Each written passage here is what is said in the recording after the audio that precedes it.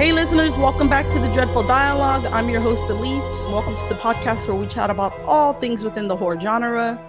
Today we have a returning guest. We have the awesome fantasy author Jon David.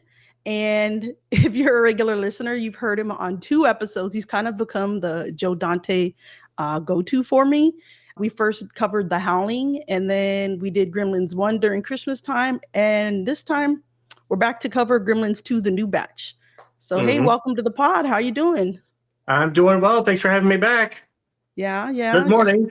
Good morning. Yeah, it's good afternoon for you. Good morning for me. Like we said, he is an author. He's got a couple books that he's written. He's got a brand new one out, in fact, and we're going to make sure at the end that we get to plug all of those cool books. I'm in the middle of reading the first one finally, and I'm really enjoying it, and I'm looking forward to getting through all of them. So it's good to hear. It's going to be good to hear about those.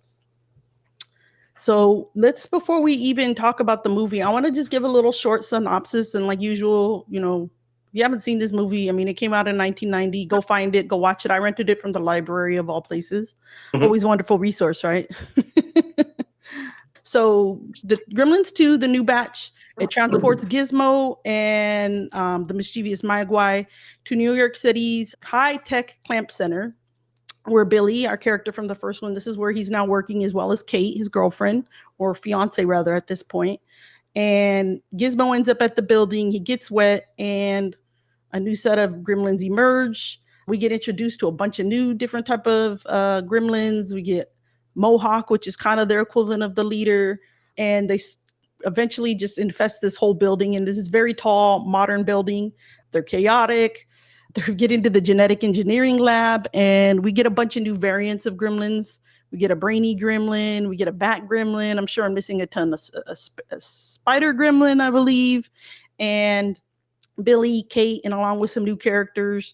And we get Mr. Futterman returning. They got to figure out a way to lure these gremlins out of the building so that they can ensure the safety of the city. So hopefully I did that justice.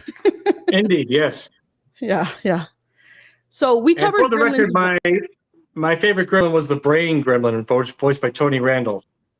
Yeah. He was so cool. He was kind of like, on the first one, Spike was kind of the leader, and you thought Mohawk was going to be the leader, but he was the leader because he had the brains, and he was just all over the place, right? He wasn't just doing one thing. He's doing musical numbers, hosting TV news. He was cool. Well, when you're going to get Tony Randall, you got to do something in regards to that. Yeah, exactly. I don't know who my favorite was. I hadn't put much thought into it. I thought it was interesting that we got the addition of Greta. She was kind of one of the few female showing gremlins. We had a few in the first one, but she was really like obviously a female identifying. She was interesting. Well, I thought that the gremlins were, I suppose you could say, gender neutral. How do they reproduce? Water. So there's no male, no female. And their life expectancy is like a day. So they don't care. They don't think about stuff like that. So yeah, there are definitely a lot of learned behaviors, right? We saw that in the first one, and the second one, they just kind of figure out what's going on. I always wondered, though, how did they immediately know who Gizmo was? And they were like, Gizmo. Like, they had it in for, like, they would always have it in for them right from the beginning. I'm like, was there something inherently taught to them? I don't know. Maybe I'm in their DNA. I think it's in their DNA, but they realize that, Gizmo is the source. He's the number one. So we can't kill Gizmo, but we can still beat him up a little bit. Yeah, totally. And we can still mess with him. Torture him, do crazy things to him. So which one do you like better? And I know you answered this in the first one, but I want to know if your opinion is still the same. Which movie, first or second? I suppose the first has a resonance with me because I was younger when I was a teenager when I saw the second one, and I was a kid when I first saw the first one. And to me, it was all brand new, and I suppose that's part of the reason why a lot of people like the original of many things. What's your favorite Star Wars movie? Oh, the first one. You got to go with the first one because to us it was brand new, even though it's based off of Buck Rogers and all that. And Gremlins was based off of like the 50s horror films and stuff like that. It's just a creature feature, right? But with a modern take.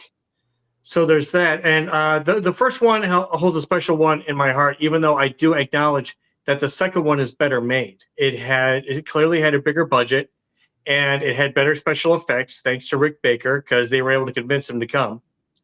They weren't able to convince him to do the first one, but they were able to convince him to do this one. Yeah, I kind of feel the same way. I think it's definitely like I always call it the nostalgia factor, right? It was new to us.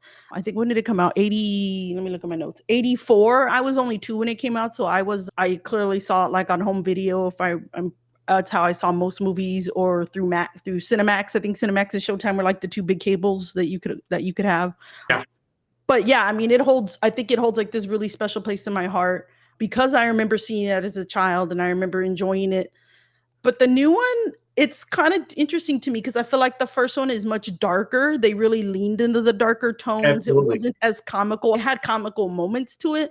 But the second one was just totally like, let's just make this silly and campy and fun. And it worked. I don't think it made it bad in any way.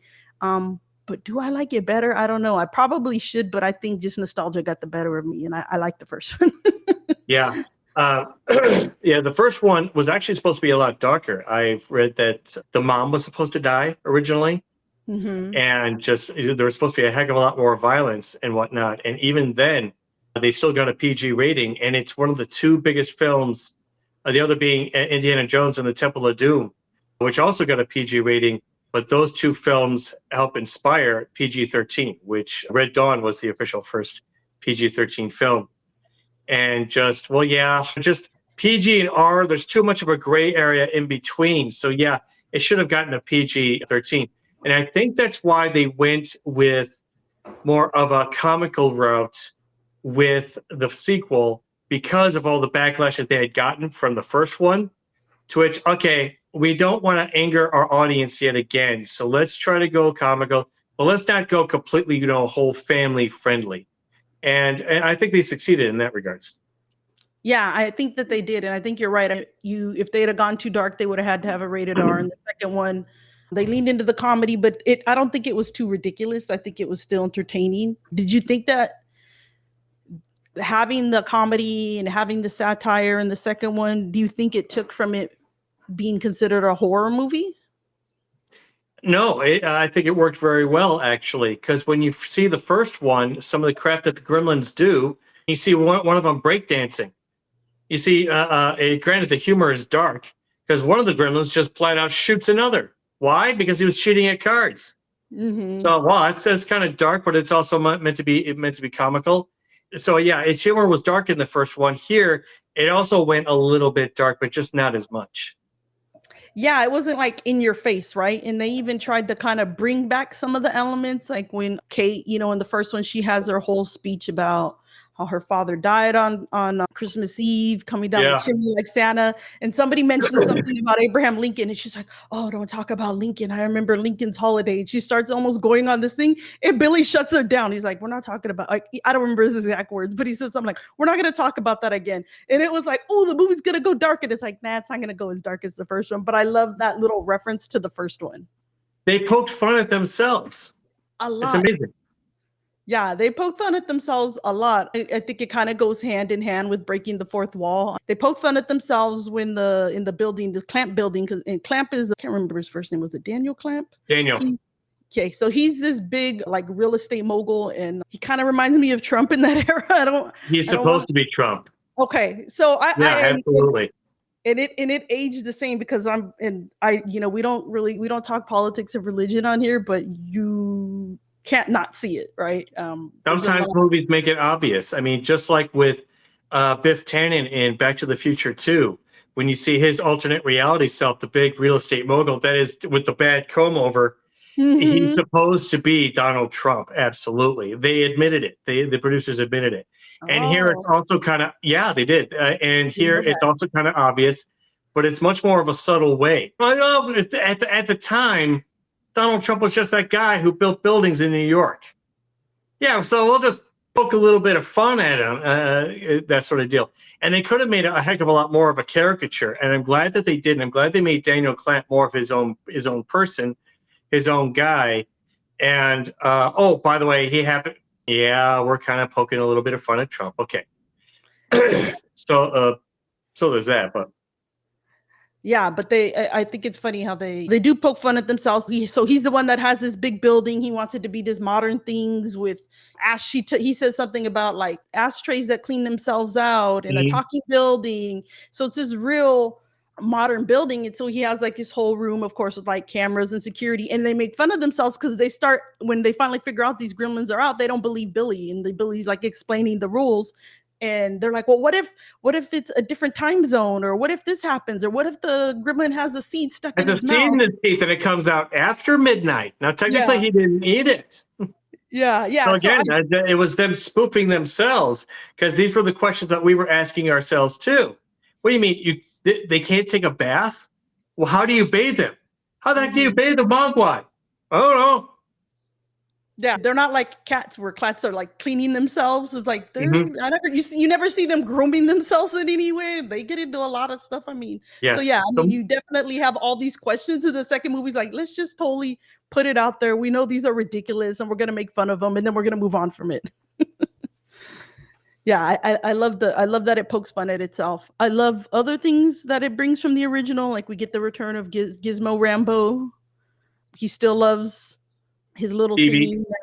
He still loves TV, and Mr. Wing is still telling him like, "Oh, it's gonna rot your brain." But it's cool too that we got to bring back some of our old characters, and we had some new characters. So, what did you think about the addition of some of the new characters? I thought You they like were them? more, they had a better foundation. They were all, had a lot more life and background to them. Mr. Futterman was one of the most energetic characters from the first one. And we thought that he died. We thought him and his wife were killed in the Yeah, first one. We were actually surprised. Wait a minute, didn't they had a snowplow drive into their house? They didn't die from that? Well, okay, he's back. And I'm glad that if they were going to bring back any character, I'm glad that they brought him back. And really, only the Futtermans and Billy and Kate were the only characters that came back, besides Gizmo, of course. well, yeah. And all the new characters are they're a little over the top, but they're also just really energetic. They had a lot more energy to them. I felt, yeah, they're a lot more entertaining in terms of the characters were a lot more, the side characters were a lot more entertaining in the sequel. Yeah, I think we spent more time with them. Whereas, other than Mr. Futterman and of course Billy and Kate in the first one, we didn't spend a lot of time with the background characters in this one. I initially thought when I started like making our discussion questions, I was like, oh, we don't even like, they're kind of pointless. And then with a few rewatches, I was like, oh, you started to like, you really got to know more about Daniel Clamp. I even started to understand like Marla more. And then that's when, of course, Marla, that's when more of the Donald Trump stuff hit me. I was like, oh, wait a minute. That's her name. It hit me like, we even got to like a little, even though we didn't see Fred as much. Grandpa Fred? Was it Uncle Fred? Grandpa Fred, I think, right? We even got a little character arc with him. The guy who's the kind of the midnight horror movie type host. Yeah, Um, Grandpa Fred, he's kind of like the guy who never really made it. And yeah, he yeah. just kind of, he's wow, that's kind of a bummer, but you feel happy for him by the end of Mhm. the film. Yeah, because he does become somewhat of a hero, I guess, because he still finds a way to report what's going on in the building. And Clamp realizes that, and he's like, "Oh, I'm going to hire you. Like, I'm gonna put you on the 6 o'clock news." He's got his pros and cons. He only wants to give Forrester half a day off after everything and he said once the building's repaired, you can have half a day off. But then he's also like, "Hey, I'm going to hire this guy." And Well, I think that was more Forrester's ideas. Is yes, sir, sure, sir, I'll take half a day off when the building is repaired. And just wow, workaholic. Is yeah, it couldn't be that way. So, were there any moments that you found actually scary in this one? yeah, the tail ending when you finally see what was it, Greta, the female gremlin, and Hmm. Forrester's just the heck. Okay, okay, Yeah, you do you, dude. Have yeah, a happy ending. And then there we go. yeah. That But was yeah, that that's was actually the scariest moment.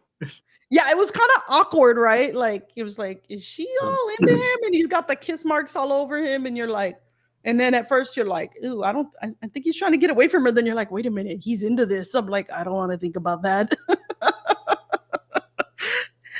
Yeah, that's probably, you're right. That's probably the only part. I don't think this one has any scare. The first one didn't super scare me at all, even though it's darker. Mhm. There's a lot of people who would argue that Neither of these movies are horror. I think they are. I like, and it's also my podcast. I can cover whatever I want to cover. I suppose horror inspired might be a better phrase because it wasn't like we didn't know what we've heard the word gremlin before we ever saw the first Gremlins. Is, oh yeah, gremlins, it's just like this ancient myth, that sort of deal. Well, what if they were real and they landed in American suburbia? Here they landed in the Big Apple. Yeah. And it was interesting because you go from a small town vibes to like the big city vibes. And I really like the movies. The two movies felt like even though this one came out in 1990, it did have a very 90s vibe to it because it was kind of like a mall in the inside. And there was a mall culture in the 80s, but it just heightened even more in the 90s with the stores, the frozen yogurt, which Penguins, oh my God, we had one of those. I hadn't even remembered there was Penguins frozen yogurt. I'm going off on a tangent. We had one in San Bernardino growing up, and it brought back all these memories of going there with my grandma. And then across the street, there was a mall, which is now demolished. So just different times, right? Now the mall culture is totally going away. But yeah, I loved it. I loved the small town 80s, and then like we get bigger city 90s. Yeah, they're both great time capsules. I think of that. The thing is that it's almost like a part of the commentary I think they may have been trying to make with the clamp building was that it's getting more and more technologically advanced with everything you talk to things and do the key cards and no keys and all that sort of deal. And they were kind of thinking outside the box, to which what kind of weird things could we do and throw that in? Oh, well, yeah. It says, hey, pal, welcome to the men's room. Okay, it's meant to be funny, but it's also kind of meant to be satire of the technology to where, okay, what's next sort of deal. And now, we have so much technology here and today. We are using it, and hopefully we'll use it for good. We have AI now. Mm-hmm. Yeah. It really was trying to let us know, like, hey, what's going to happen in the future. And it had a futuristic vibe to it. Like anything else, we look at it and we're like, oh, how far have we come and where are we going and where is it going to go? And at what point do we need to slow down on some of these changes? No, nobody's going to slow down, sadly. Yeah, it's like you said, I think it's all in how you use it. I mean, we're using it in a positive way. We're having fun talking about the movie. It's an escape for people to put it in their earphones or listen to it in their car while they're cleaning, whatever, and just kind of enjoy something. But yeah, there's definitely, I don't want to go into too many details, but there's definitely some wild things you can do out there with technology. And it is a bit scary with some of the AI stuff. Have you seen, and I know have you seen the Key and Peele? I don't know if you know the comedians. I think I sent it to you, right? Their you YouTube. Did. I saw it. It was hilarious. When Hollywood's going to drop a deuce. Yeah. Oh, we were just going to do the exact same thing. No, we're not going to do the same thing. So what do you think? Let's have a different Gremlins. There's a bunch of weird Gremlins. Oh, let's have a Bat Gremlin. Yeah, okay. I love it. Let's go with it. Bat Gremlin. It's in the movie. He kept saying, it's in the movie. And I think it's Jordan Peele that's playing the character that he's there to. They bring him in for Hollywood sequels, and any ridiculous idea people come up with, he's like, yeah, it's in the movie. We're going to have that. And it's a great way. It's a great way to like totally sum up this movie. So listeners, go type that into YouTube, Key and Peele, Gremlins 2, and it's hilarious. You can find all of their vignettes from their show from back in the day to watch. And yeah, I love it. And I saw somebody interview Joe Dante on their podcast, and they are like, hey, what did you think about it? He goes, it's all true. And he just talked about how he thought it was hilarious. He wasn't at all offended by it. Oh, of course not. Well, why wouldn't you be? Because it wasn't meant to be offensive. Yeah. Certainly not to Joe Dante or the people who actually made the movie. They were more if they were poking fun at anyone, they were poking fun at Hollywood in general. And the people who sit in a boardroom deciding, what do we want to do? What do we want to spend $50 million on? Yeah, no, we're going to spend $200 million on this and this and this. And just, do people even want that? I don't know. Just instead of maybe asking, I don't know, the people who actually make films, because I guarantee you the people who make films are also the people who watch films. And they're a better person to listen to. And I think a lot of directors in Hollywood are more just people, are men and women who are just hired to direct something, and a lot of the creative elements are just taken out of it. That's why, well, that's why DreamWorks was just became this gigantic juggernaut of success when they first came out. When you have guys like Steven Spielberg, I'm going to make films that I want to make now. And I always feel too like it's kind of like if a sketch comedy show is making fun of you, it's usually like all press is good press, right? It's like, I see it as it's Absolutely. usually a form of flattery, right? It's like, hey, I liked your stuff enough to watch it, and I came up with something creative about it that I wanna mock and make fun of. But It is. You can it would definitely make me go tell. watch a movie.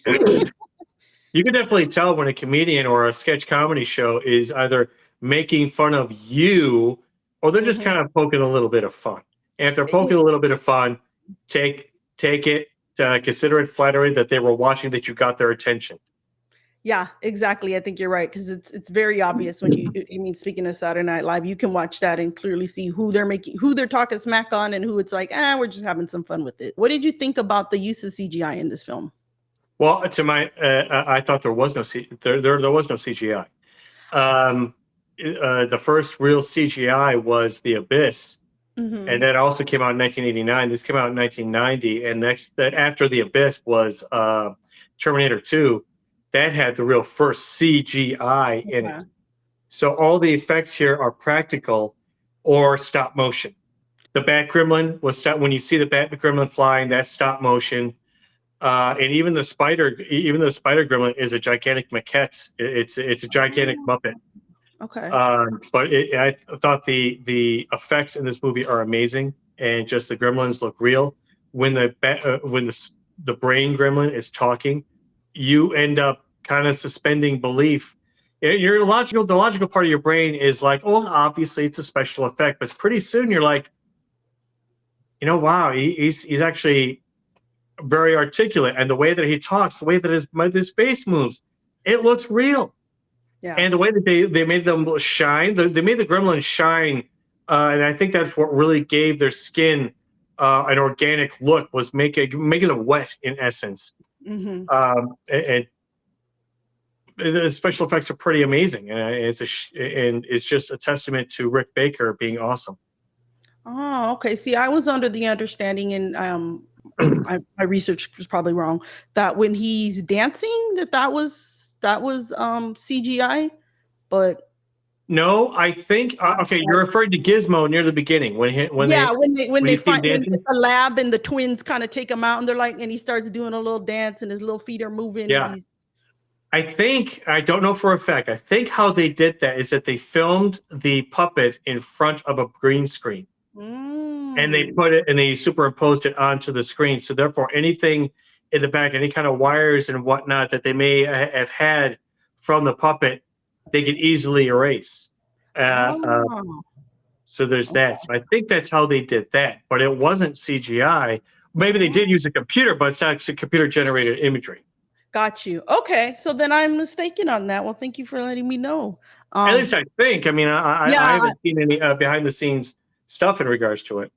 yeah, and I when I'm doing my research, sometimes I approach it like too academically. I'm like, start writing down all my sources, and then there's days where I'm like, I'm not going to do this. I always put it out there like I might make mistakes. I re-listen to episodes all the time, and I say the wrong actor's name. I think in I did an episode recently, Scream, and I'm calling the character that Jamie Kennedy played. I'm calling him Jamie because that's the actor's name, and I'm like, oh, I think I meant to say Randy, but then I'm like, I was also thrown off because Jamie Lee Curtis's character is on the screen in the background. I'm like, okay, I make mistakes. So I might be, I always say I'm not 100% fact based. I do my best to do my research, but yeah, I'm glad that you pointed that out.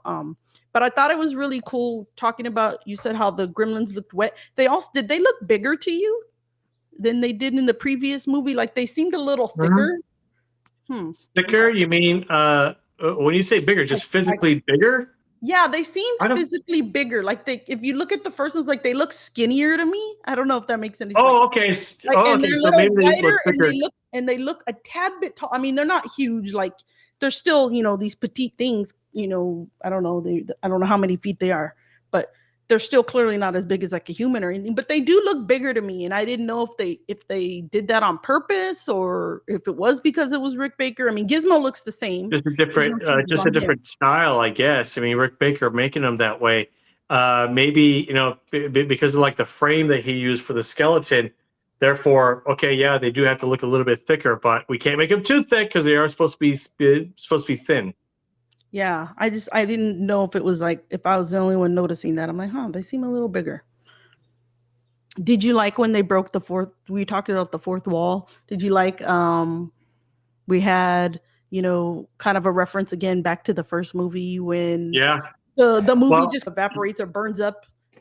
Funny story about that. The thing is that, first off, they do kind of break the fourth wall with Leonard Maltin, to which when he's reviewing Gremlins. Why anyone would like this movie and then the Gremlins attack him, that's breaking the fourth wall for sure. Yeah. But then when my brother and I saw this in the theater, and there's two versions released. One is for the home video. It's supposed to have a different version for VCRs to where it looks like your VCR messed up. And no, it's the Gremlins in your VCR. But we saw it in the theater. So when we saw it freeze and then it stretched, the theater was like half full. But even then, everybody in the theater went, "Oh my God, what the hell?" And then when the Gremlins popped up, they got us. They got me. They got us. Okay, that was funny. That was funny, and just that was an awesome prank. And I'm curious. I would have asked people who worked at the theater, to which how many times have you heard people like the audience erupt into "Oh my God!" It just is, oh man, to get out of their seats angrily. Yeah. But okay, you mentioned the go on, bro. And I've heard the same thing. I couldn't find like accuracy on this. I heard that Hulk Hogan wasn't in the theatrical version, but that he was on the home DVD, VHS one. And I can confirm the home DVD one that I borrowed from the library, he was on there as well. Was he on the theatrical version that you watched? Was in the theatrical, yeah. So that scene plays out normal. Without him. Pardon? I think it just wouldn't make sense because it kind of adds to like, hurry up, come on, like you Gremlin, because he threatens them, right? Yeah, it's just how Belinda Belaski, I had to look her up. Belinda Belaski plays the mom in this scene, and she was in the first one, and she was in The Howling, so she's a Joe Dante regular. And just, when you see out this scene, you're like, where are they going with this? And when you see Hulk Hogan in his full Hulk Hogan regalia, and just going all full Hulk Hogan, I just had to tell we had to tell our dad when we got home, because my dad, when he saw Hulk Hogan during the 80s, and he's doing his thing, the training, the prayers, the vitamins, and he's looking at it, he goes, show business. Show business. The man's a millionaire playing this character. He knows it's not real. This is all show business, but the man is rich. He's made something of himself, and he respects it. And when we told our dad, he's sitting there. He's like, oh my God, the Hulkster. Okay, the Hulkster. All right. Yeah. So he got a kick out of it. And the first time that it was on TV, we had to point out, "Hey, Dad, check it out." And he laughed. He had to laugh. Yeah, I imagine a lot of kids got a kick out of that. I mean, he was one of the top favorite wrestlers. I mean, I liked him as a kid. I don't like him so much now as an adult, but that's a whole other thing. But yeah, as a kid, I mean, I loved him. I loved the Ultimate Warrior. I grew up watching. I was a tomboy. I have older brothers, so I was the baby, so I was totally there watching them with them, and can't wait for my kid to get older and totally start watching some of the. I don't watch it currently, but I'm like, eventually I'm gonna have to get into it with them. It's something I'm looking forward to, and yeah, I'm sure. When people saw that in the theater, they went crazy. I don't remember how it impacted me as a kid, but nonetheless, it's a cool. I thought it was an interesting way to break the fourth wall, bring it back to the original movie somewhat. How they liked going to the movies and they were messing with stuff at the movie theater. So that was a cool scene. Yeah, throwing it back to the first one with the movies. To get kind of sidetracked, when I worked at Disney World, it was late. It was in the evening time. The sun had just set. It had been raining, and it was still kind of drizzling, and I was standing out front of the Great Movie Ride, just saying, and there wasn't anybody coming in. We were closing soon, and there was this family of four, mom and dad and two kids, and they were looking amongst. If you ever been to the Great Movie Ride, there were a bunch of cement handprints out in front, Okay. and the family is checking the place out. And I remember seeing this guy from the back. Says, "My God, he's huge.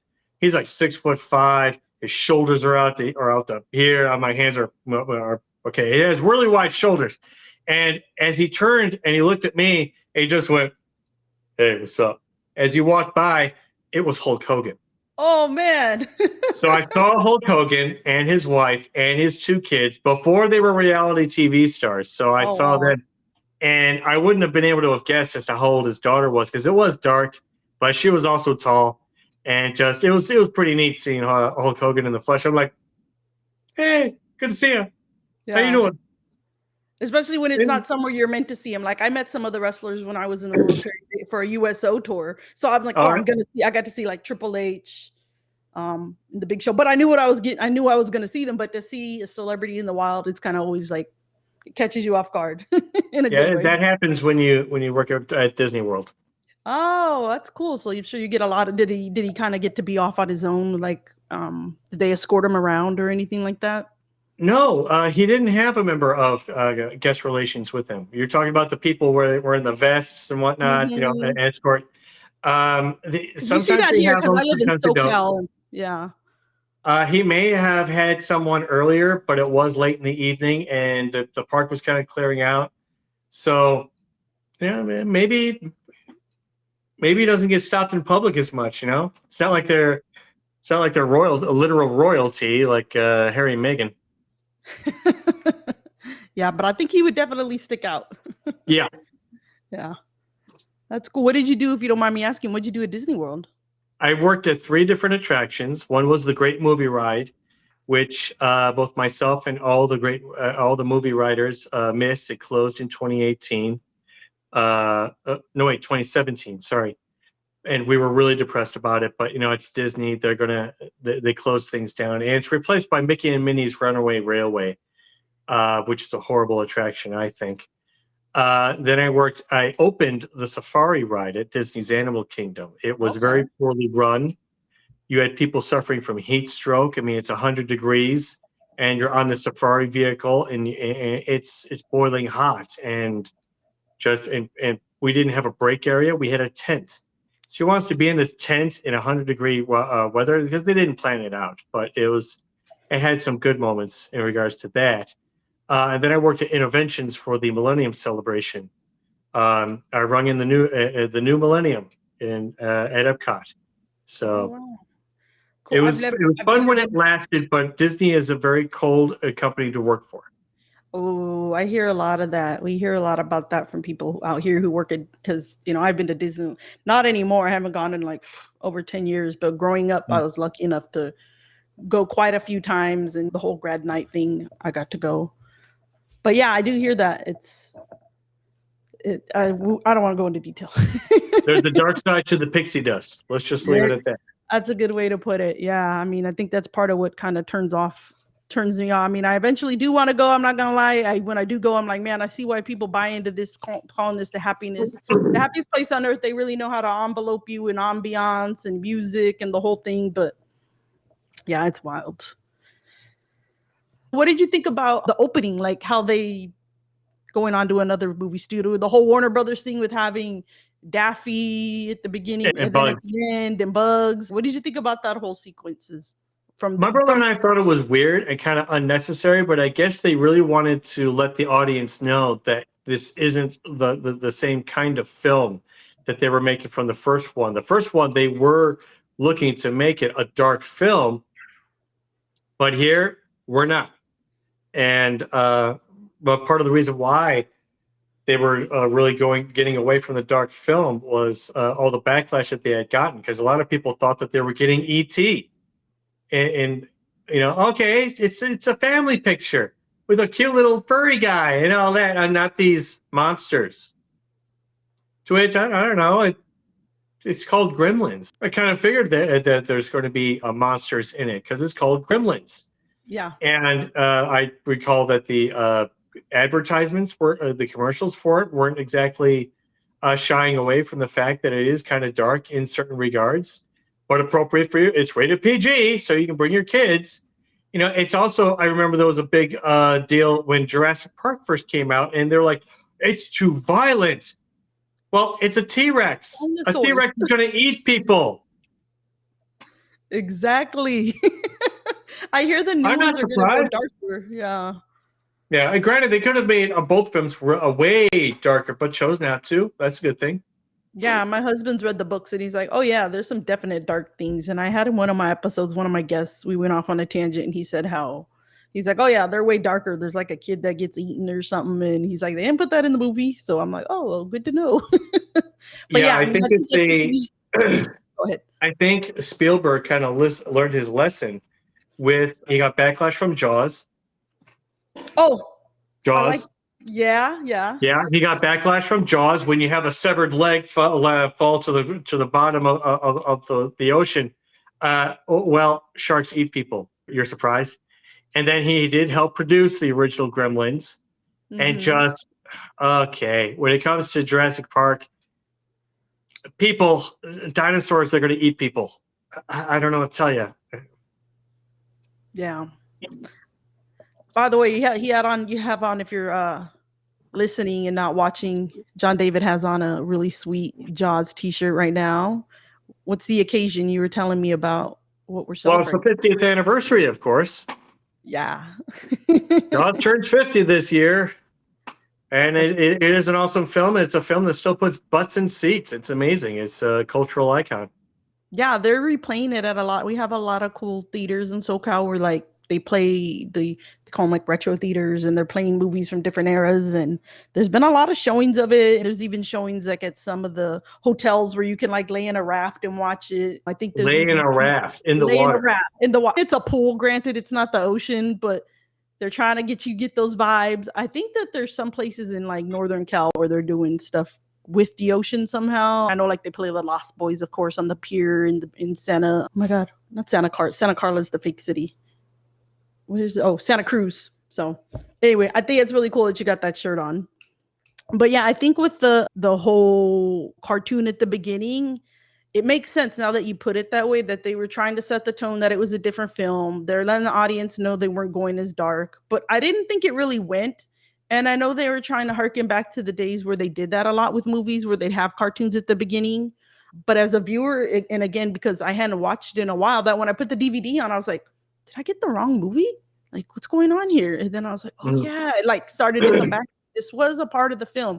And even throughout the credits, you get Daffy poking fun and his head pops in and out. And then he steals the show from Porky. And he's like, no, I'm going to get the final line. And he gets to say, Yeah, that's all, folks. So they kind of have a wraparound with that. I think what started that was Who Framed Roger Rabbit, because there was a full length, and it starts off with a I love Roger it. Rabbit cartoon, Mm-hmm. and then later on with Dick Tracy and with the Rocketeer, they would have a Roger Rabbit cartoon at the beginning of those. Just Oh, not part of the films at all, obviously, but just okay. And a new Roger Rabbit cartoon is going to be playing with Dick Tracy, and I think because that's what they used to do way back in the day. These guys who were making these mm-hmm. films way back in the day, they were paying homage to all these films that we had no idea. Just like Joe Dante was paying homage to these monster films that he grew up with and was scared by. He was scared, but he had a good time. He came out of the theater happy, just like we did after seeing Gremlins. Yeah, I had a couple of scary moments, but I had a great time. It's just a movie. I'm not a little wimp. Come on. But back in his day, all that they would play a cartoon before the film Yeah. actually started. And I think Warner Brothers tried to do that as well. I forget which films they did it with, but they did have a couple of new Bugs Bunny cartoons play with them. And this is a Warner Brothers cartoon Yeah. or a Warner Brothers film.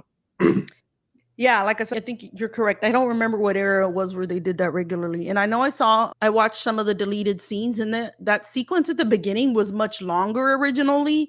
And they said that when they showed it to test audiences, they were like, okay, this is a little too long. And then they really did start to doubt, like, am I at the right movie? Even though like it's showing like references to it being a Gremlins movie and what they're gonna watch, people are like, okay, this is too much. Let's get the actual movie started. So maybe the shortened version worked better because I think the longer one just confused people even more. Oh, that's how they broke the fourth wall. I just remembered my thought from the merchandising reference, right? At the end, Daniel Clamp is like, "Oh, who's that?" And he sees Gizmo, and he's like, "I could just see him. I could With see him." suction cups. Yeah, and then I forgot about the same thing. I just like boom, and the memory popped into my head, and I just remember seeing a bunch of cars driving around with those on their windows, and just thinking it was so cool. Yeah, Garfield was another one. Yeah. Oh, yeah. You're right, Garfield. So they're definitely again poking fun at themselves, kind of breaking the fourth wall with that and it's also again showing you like Clamp is never not trying to come up with a way to make money. He's talking about, oh, I can write this in my book, and then he sees the picture of Kingston Falls, right, that Billy has, and he's like, oh, I want to turn that in. We're gonna make cities, and we're gonna slow it down. He's always like this idea person. He's always I gotta keep the money coming in, and I thought that was again it just added to who the character was. I think maybe Clamp, I think he means well. And this is one of the reasons why I like the character is because they could have made him too much of a caricature of the evil, greedy businessman who just wants to make money. One of the problems that I had with Jurassic World, the reboot by Colin Trevorrow, is Vincent D'Onofrio's character, how he's this guy who wants to make money by turning the raptors into weapons and stuff like that, to which I want to make money off the dinosaurs. Yeah, we already are. We're making $1 billion a year by having people come to the park and all that. What's the problem? And just he wants to make even more money by turning them into weapons and crap like that. Come on. This is bull crap. First of all, it's completely unfeasible. You can't turn a velociraptor into a weapon. It's too much of a wild animal. That's why we hardly ever use animals in the military and police force today. You don't see them very often because, well, we don't want to put animals in danger. We have much better ways of getting the job done. And again, sorry for going off on a tangent, but good. Here, Daniel Clamp could have easily have become this guy who just wants to turn the gremlins into, I want to harvest them somehow and make money off of it. No, he's more like, I just got attacked by one. Let's kill them all. Let's get rid of them. Yeah, what can I do? And he starts asking Billy for advice. Just what do we do here? And yeah, he's a little bit clueless, kind of a clueless guy, but he means well. And especially if he comes in with a machine gun at the end. Yeah, he didn't hesitate to take all of them out. And I think too, if they made him too evil, it wouldn't have been the same story. Then it would have been about him and kind of defeating his ego and defeating what he wants to do. It would have taken us away from the fact that the Gremlins are supposed to be the bad ones. Those are the ones that we're supposed to be worried about hurting us. Yeah. He did have that animal lab though, now that I'm thinking about it. I always found it. I always wondered about all that weird medical stuff that the other guy was doing. Christopher Lee is awesome in this film. Yeah, Christopher Lee, he's poking fun. He's poking fun at the Hammer horror and even probably characters that he's played before. And the thing is that Daniel Clamp, says, wait a minute, that genetics lab? I told you that we could have had a plastic surgeon in there, but no, you had to put them in there. And he actually doesn't like the idea, doesn't really like the idea. He thinks they're creepy. Yeah. But Christopher Lee is awesome in this film. And the funny part is that Christopher Lee, Joe Dante chose not to do the sequel to The Howling. But Christopher Lee was in the sequel to The Howling. Yeah. And it said that one of the first things that Christopher Lee said to Joe Dante when he agreed to do this movie, it's like their first meeting together. I wanted to apologize first and foremost for being in The Howling 2. Yes, I'm sorry that I was in it. I accept your apology. Let's move on. And that's apparently what happened. And I love a quote from Christopher Lee. I'm paraphrasing here, but he stated that every actor will do bad movies. You will do bad movies. There is no excuse, however, for playing a bad role in a movie. He has absolute control over his performance. So he has that. Everything else is kind of out of his hands. Yeah. Yeah. Which we talked about when we covered The Howling, how the sequel they're not worth watching. And I never saw it. The books aren't even worth reading, if I recall as well. Yeah, the books are are kind of weirder, but yeah. Yeah, I think even the writer of the book was like, I was just writing them to make money at that point. And I don't think he really cared too much about where it was going. Yeah, but the genetics lab was a great way to introduce all the different variations of gremlins, whether it be the brain gremlin, the spider gremlin, and the bat gremlin. And I had to laugh at the bat symbol, the Batman symbol as the The bat Warner, gremlin yeah, flew out the window. yeah, another franchise from Warner Brothers. They had to make sure to throw that in there. Yeah, that was brilliant having the genetics lab and having the gremlins get a hold of the stuff in there, because then that's how we were able to get more distinct personalities with them. I think they acted differently in the first one. We saw them mimicking humans and doing different things, but we got even more unique ones. They went beyond human traits this way, and it was genius. It was like you didn't have to. It was like, oh, this is simple. Just make them get into this stuff, and boom, now we got all these different types of gremlins that are creative. So I liked it. I know I had been messaging you that there's supposed to be a Gremlins Part 3. What are your thoughts on that? I don't like the idea. I'm scared. Number one, well, first of all, it's Hollywood, and Hollywood these days aren't really they're not exactly batting 1,000 when it comes to coming up with. First of all, they're not doing anything new or original, and well, let's just rehash old things. Is it just for? And they're taking advantage of the people who are longing for the nostalgic purposes. I don't blame movie theaters for, say, playing Jaws again, because people aren't coming in through the doors. We need people to come through the doors. Yeah. Well, let's play classic movies then. Play what people will actually sit down and pay to watch. And I don't like the idea of them just rehashing things for nostalgia's sake. But more importantly, is Gremlins a big enough property to warrant a sequel? It's not Star Wars. It's not any of the other big franchises. So it really can't. If anything, maybe. And I'm not even going to say maybe. Just don't even touch it. Just go from there. The first one is a cult.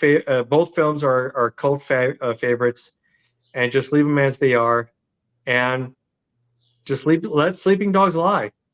Yeah.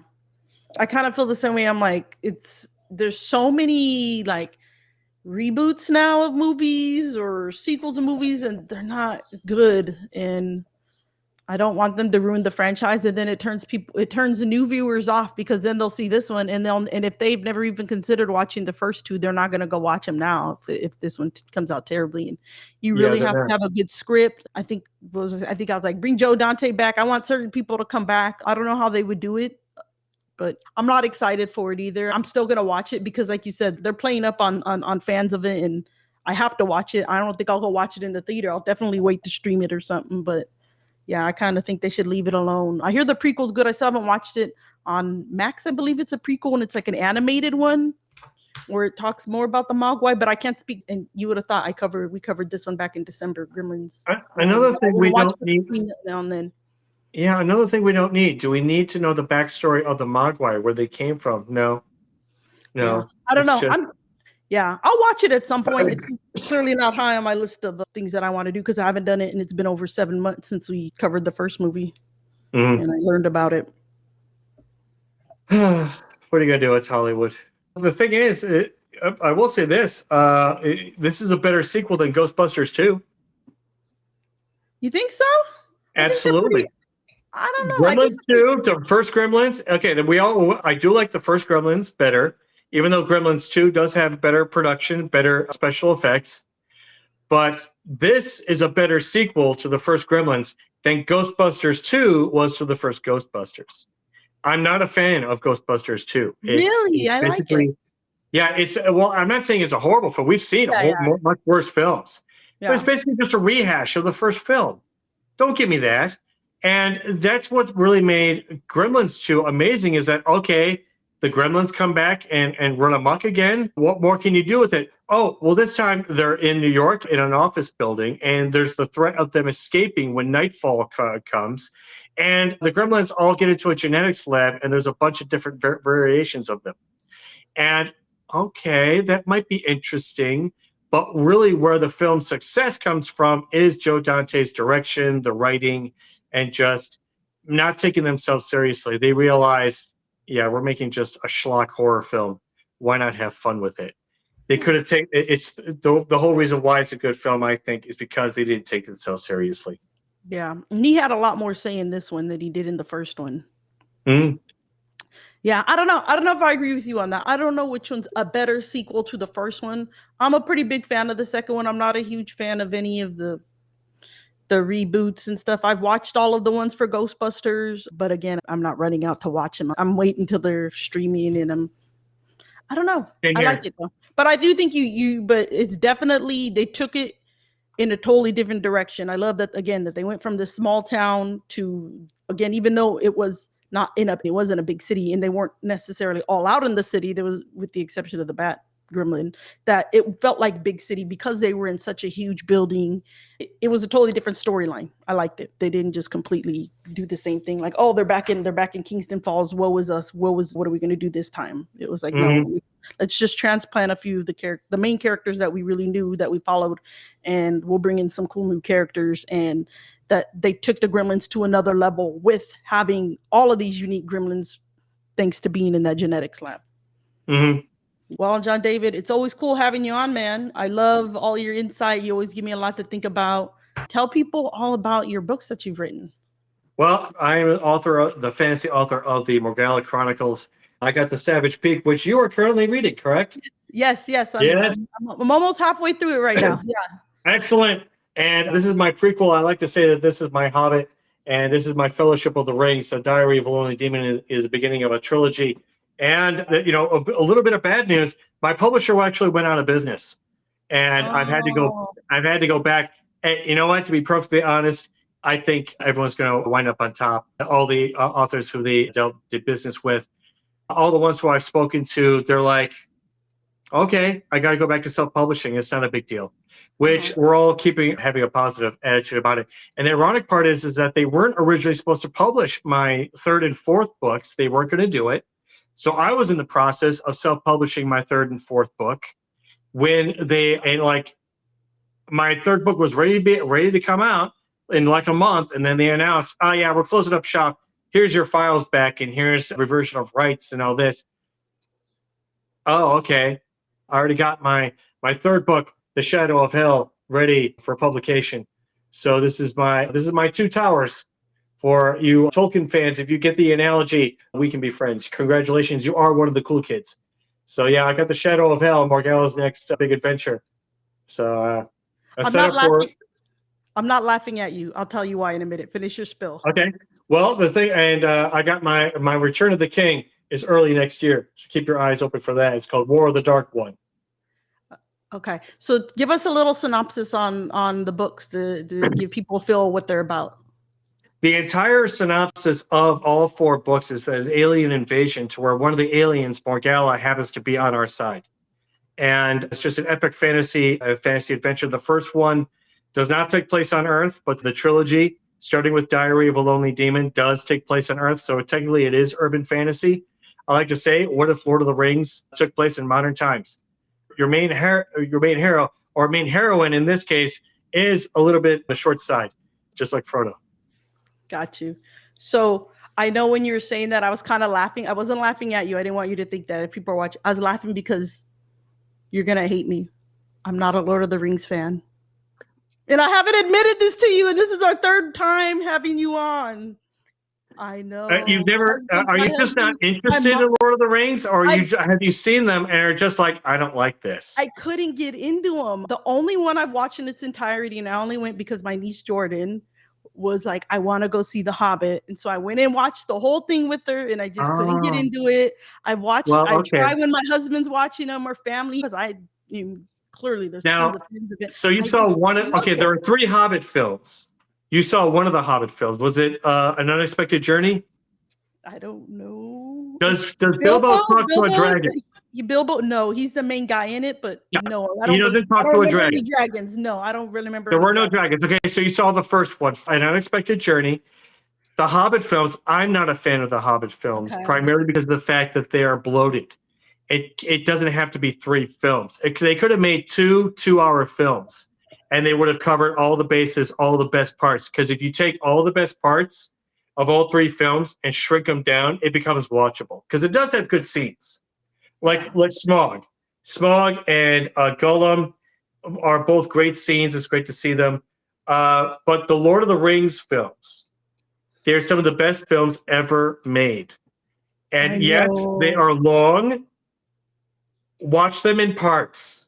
Everybody tells me you should just watch, and I'm like, and I try, and I can't get past like 15 minutes, and I'm like, I don't know what it is. And I'm more of I think I'm definitely like I've become. I didn't realize how much sci-fi I like. Clearly, I like sci-fi fantasy type stuff because I love Star Wars.